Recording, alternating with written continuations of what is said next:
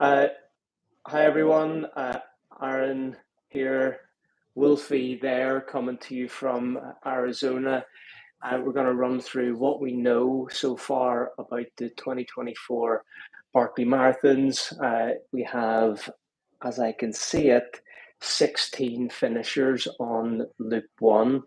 We had 40 starters. Weather's looking good. Uh, Weather is probably some of the best Barkley weather for today and tomorrow. And then I think Friday we have some heavy rain coming in. Not that you'll know what rain looks like, Brian, in Arizona. Uh, so let me just run down what we know. This is going to be short and sweet. We're going to do this every day, compile what we have heard from Keith Dunn on Twitter, some of the other spreadsheets that are floating around, and do the heavy lifting for you because we're nerds and into this kind of thing, right? So first up, first finisher on Loop 1 is John Kelly in 8 hours and 30. What are you a big John Kelly fan, Brian? I mean, he's synonymous with this event, right? I mean, I think we can both claim him. He's American born, but expat, I think, or has experienced, living overseas. So, I mean, the course knowledge, experience, the weather combination, I mean, he's the lock to get a finish and get that triple crown. So, looking good, bode well for him. 7 attempts, kind of mind blowing that, only surpassed by Jared Campbell with 8 attempts. But John is definitely the OG of the Barkley. So comparing his times to previous years, I've got these noted down. So 8:30 this year, last year 8:17, 2022 8:07, and 2019 8:31. Now 2019 he only finished the 2 loops, so he's in the right ballpark there, which is interesting. He also finished loop 1 on his own. A couple of people within seconds of him, but I don't think that they are working together because he started Loop 2 solo. So there's no groups trying to cling on to John and anyone else with experience, which is kind of interesting because that's sort of been the that's been how people have been trying to get to at least the fun run, isn't it? Over the past few years, that's been the formula. Yeah, that's shocking actually to hear, especially with his time not being, trailblazing fast. So I would have thought that definitely you would have seen some newbies or a bigger pack forming there with the kind of pedestrian or, you know, uh, approachable first loop time. So we'll have to keep an eye on that as this event unfolds. Yeah. So, as I said, 3 people in on at the end of the first loop within seconds of each other, and one of those people was Jasmine Paris. I think Yes. that's like the headline for me. That Jasmine has come in 8:31, and last year she was 8:34. And I think I just have to go off the top of my head, but 8:34 then last year was maybe eighth, ninth, 10th or something, which was very interesting. But then we had loads of like ego and testosterone flying around at the front of the field last year. So it doesn't surprise me that Jasmine is higher up this year when there's less of that going on. So what do you think of Jasmine's chances this year? Yeah, you nailed it. That's a thing that I'm most excited about, even more so than John's potential three-peat. I think Jasmine can really showcase what women are capable of much better than what it took 6 days for Lululemon to do in a desert. So, yeah, I think Jasmine, she's the hope for the females here. I'm excited for this one. Nothing but Barkley here, my man. Save it for a full episode of Trail Talk coming to you soon.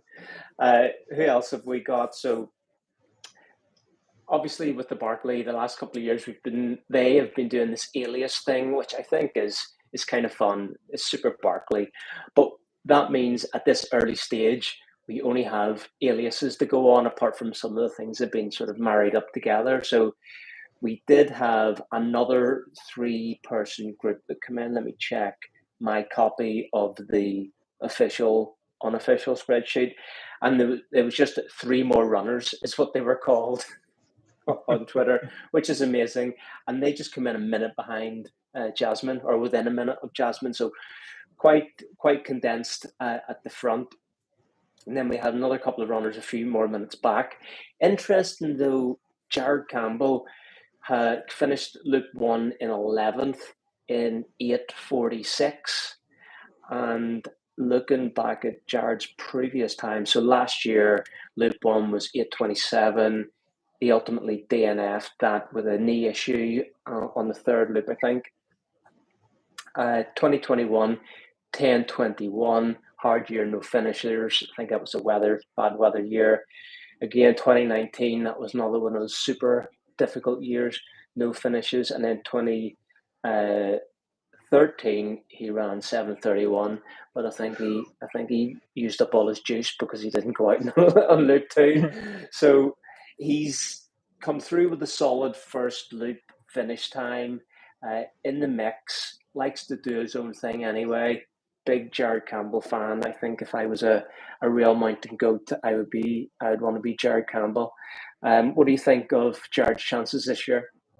Yeah, I think that time is well within reason to still get a finish. Nothing alarming with that time. It's surprising to hear there's 10 others ahead of him, in between him and John Kelly, with just a 15-minute gap. So there's a lot of, I'm sure, guys within eyesight there. So they're still probably packing up for periods on the trail or not. Because that's a big group to come in such that short window, 15 minutes. Yeah, a lot of pages for lads to count there. We have such a diverse, multinational field this year, which I think is quite a cool storyline. Let me just read off some of the countries. We've got quite a few from France. We have Japan, Netherlands, Germany, Spain. We obviously got a good few Americans, England, Switzerland, Slovenia, New Zealand. I hope that guy's just put like his parents' home address on the bib. I hope he didn't pay from New Zealand to go out to Tennessee and do one loop. Bolivia, Wyoming, Brazil. The list goes on. More French runners. So, what do you think of this? Like super multicultural, diverse field that we have there. Yeah, I mean, I think it's the only race in North America where North Americans are the minority. So super interesting to see. Probably speaks to this event having more of a root in mountain and orienting and route finding. So it doesn't surprise me, and it's super exciting to see these folks come over and invest them as much as they have to on their travels arrangements to get over here for the event. Yeah. One other, excuse me, notable mention, we have Harvey Lewis out there. I don't have a time for him for Loop 1. I would assume he's got around and he just hasn't been connected to his alias. He's maybe one of other runners, group of 3 runners. He's one of these guys, but in 2022 he ran 8:37, so he's very capable of being in that top 10 at this stage. We will come back to this tomorrow, probably in probably in about 12 to 16 hours. We'll record another episode because we're going to have the names matched with the aliases and a lot more to talk about. We're going to see how things are playing out. For me, really excited to follow along with Jasmine. Seen some pictures of her at the water tower, getting some refueling and things. So that's interesting. Last piece of news before we kill it off today. What do you think of the news that 2 runners either have been or they will be disqualified for dropping trash at I think it must have been at the start of the first loop, maybe in that frenzy of, get a gel down me or whatever, and just fuck the rapper to the side. Maybe they haven't done that. Maybe I'm just dramatizing it. What do you think of that? I mean, yeah, only at the Barkley can you get DQ'd for littering, and only at the Barkley can we not know who it is after they go off on a 20 plus mile, 20,000 vert loop, unknowing that their fate awaits them to be DQ'd. I really hope they're not international and had a long travel, because that's going to be some heartbreaking news to deliver. Yeah, and I mean, we can get into the weeds on this maybe at Trail Talk, but I'd like to know that they visually were able to see a deliberate action of blatant littering and not an accident. So more to come on this, I guess. But that's the big buzz for me. One, I hope Harry Stern has snapped some evidence that can be brought up in the tribunal. And two, just for comedy value, I hope one of the litterers is the dude from New Zealand. Send him home. Send him home. He should have been thinking about his carbon footprint before he flew to Tennessee for one loop. I hope it's not a TORQ gel. Okay, guys, that'll wrap us up for today. Hit subscribe so you know whenever we're going to go live tomorrow, and we'll be back for some more Barkleys on Loop 2 and potentially Loop 3. So we'll see you then. Thanks, Wolfie. You bet.